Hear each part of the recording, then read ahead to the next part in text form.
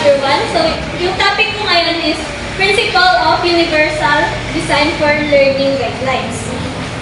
So, universal design for the learning is this approach is for teaching and learning that offers flexibility in the ways students access material and show what they know. So, dito sa UDL, nag-help ito sa mga teachers para mas maging matulungan sila na may bigay yung mga kailangan ng mga bata, yung iba-ibang kailangan ng mga bata.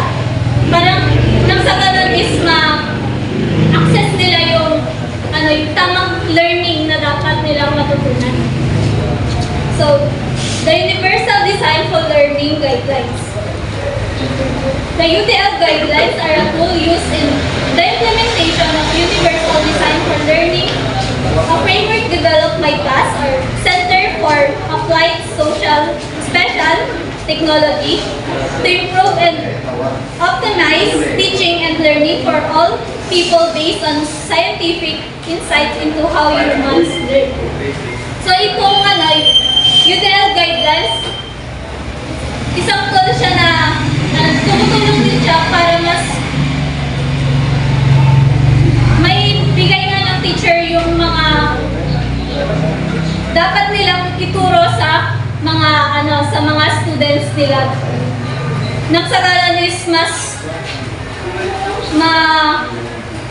nila yung learning na kailangan nilang matutunan.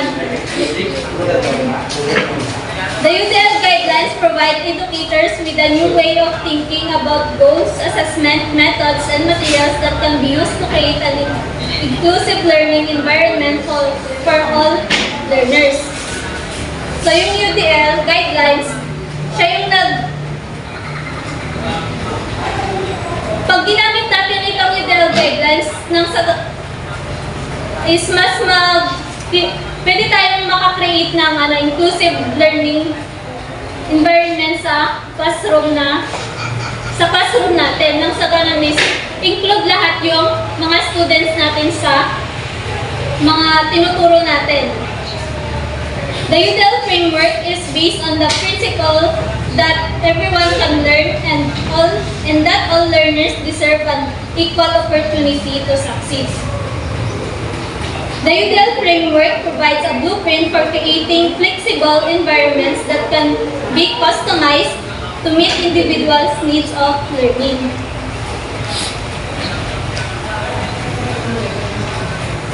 So the goal of UDL is to create purposeful and motivated learners who are resourceful and knowledgeable and strategic and goal-directed. The UDL uses a list of guidelines that will help you develop and deliver UDL lessons by rethinking barriers that exist in planning for learners' variability of providing options and choices. So itong UDL guidelines is tinatanggal niya yung mga hadlang para mas matuto pa yung isang estudyante sa mga tinuturo ng isang teacher. These options and choices are defined by three principles. The why, or the providing multiple means of engagement. The what, providing multiple means of representation. And the how, providing multiple means of action and expressions.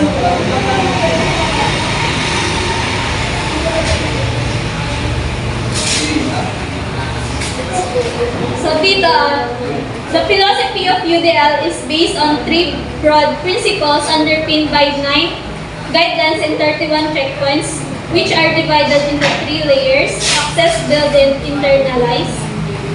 Makikita natin ito sa dito.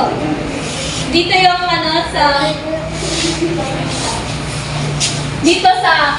yung principles is tatlo is engagement, representation, and actions and expressions.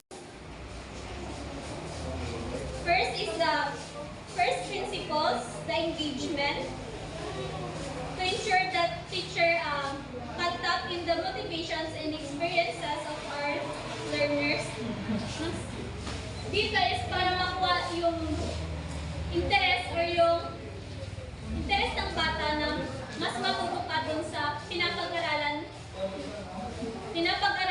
ng nila. Dito naman sa representation is where we make sure that we present knowledge in different ways and ensure all learners have options that help them to internalize the what of learning, or in the other words, the actual content that we are delivering. Tapos yung last is action and expression.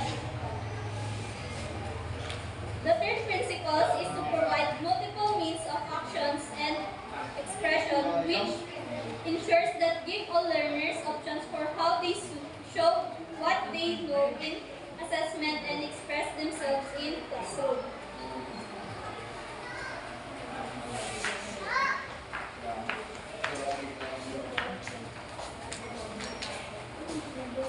So, yung goal of UDL, Principles UDL Guidelines is the purposeful and motivated, knowledge, resourceful and knowledgeable, strategic and goal-directed.